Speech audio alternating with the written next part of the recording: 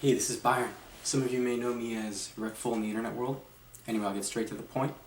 I've been playing video games since I was little, and I just recently came across the most unfair game I've ever played, and it's the one being taken the most seriously by far.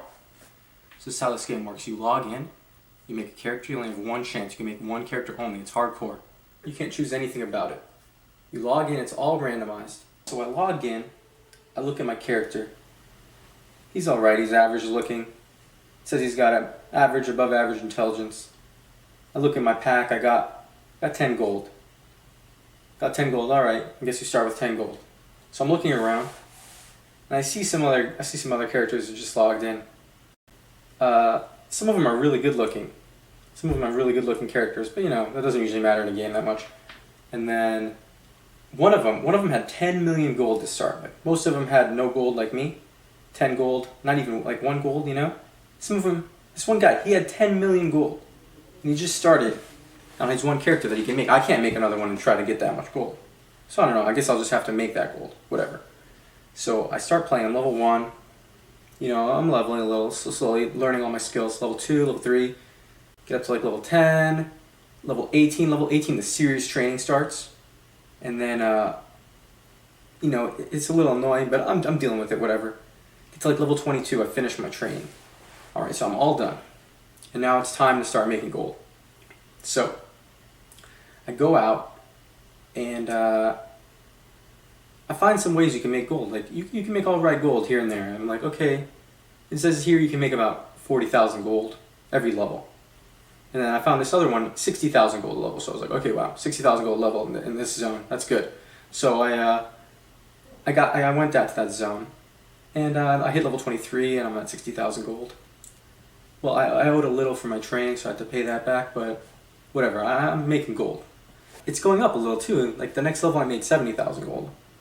So I was feeling pretty good, but then I saw that other guy that I saw at level 1 that had 10 million. And you know, he's just sitting there, he has 10 million. He's like talking to all the Megan Foxes and stuff of the world.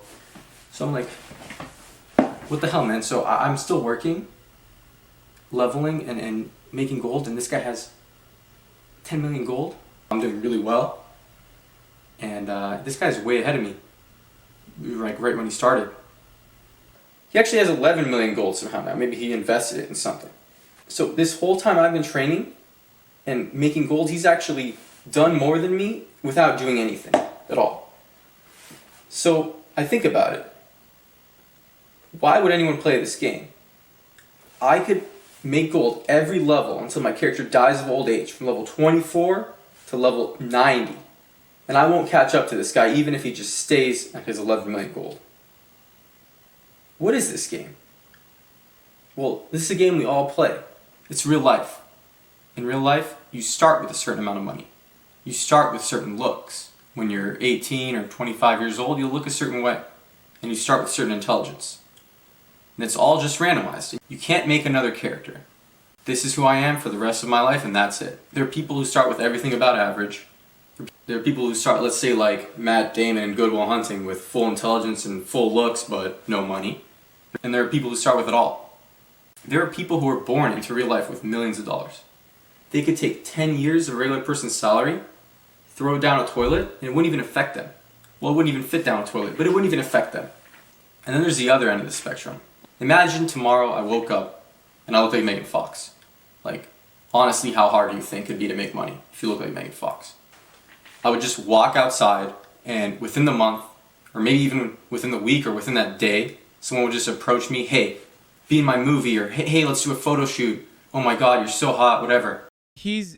It's not fake deep materialistic. He's trying to explain to gamers in gamer terminology that that imbalance of intergenerational wealth that needs to be fucking nerfed, okay?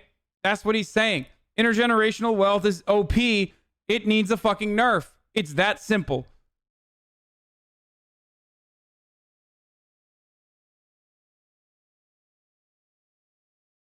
Like, attractiveness is another feature that I guess you can talk about beyond intergenerational wealth, like attractiveness or certain qualities that give you an upper hand. But the ultimate goal is to ease the burden that every average citizen has to ease it as best as possible.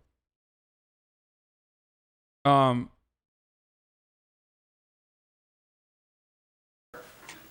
they just give me $500,000 to stick on my ass for doing that.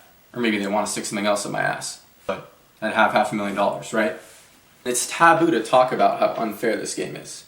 There's no game you could find on Nintendo or on a computer or anything. He's not even actually. He's not even talking about like nerfing it. He's just saying, he's just trying to describe to people something that is a fundamental reality of existence that often gets completely overlooked because we have a self-reinforcing system that justifies the inequality. No one's ever even made one as a joke. One guy starts with 10 million gold and you start with 5, but that's the game we're all stuck playing. That's life.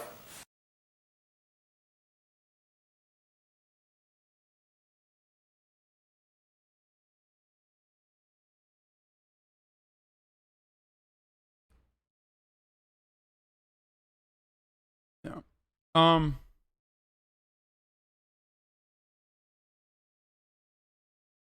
Yeah, if you spawn in Zimbabwe, it's like extreme difficulty. It's not only about intergenerational wealth, it's about capital itself. Randomizing whoever gets $1 billion won't help the situation. Yeah.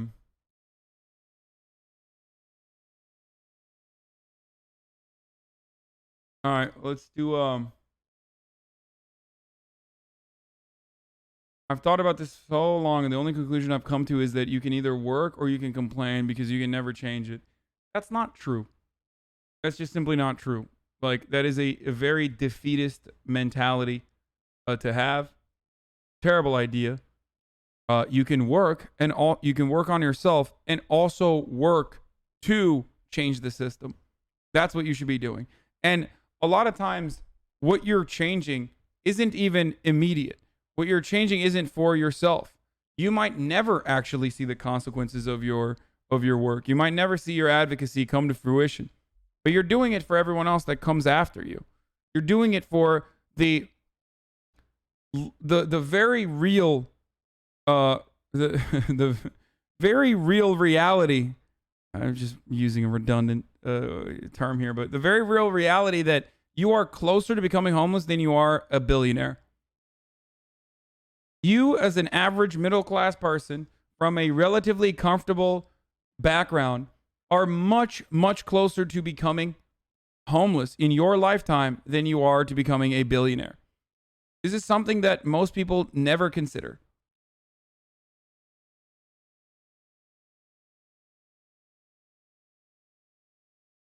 That doesn't mean you're going to become a homeless person, but you and the homeless person have more in common and are aligned on goals, overall goals, than you are with Bill Gates.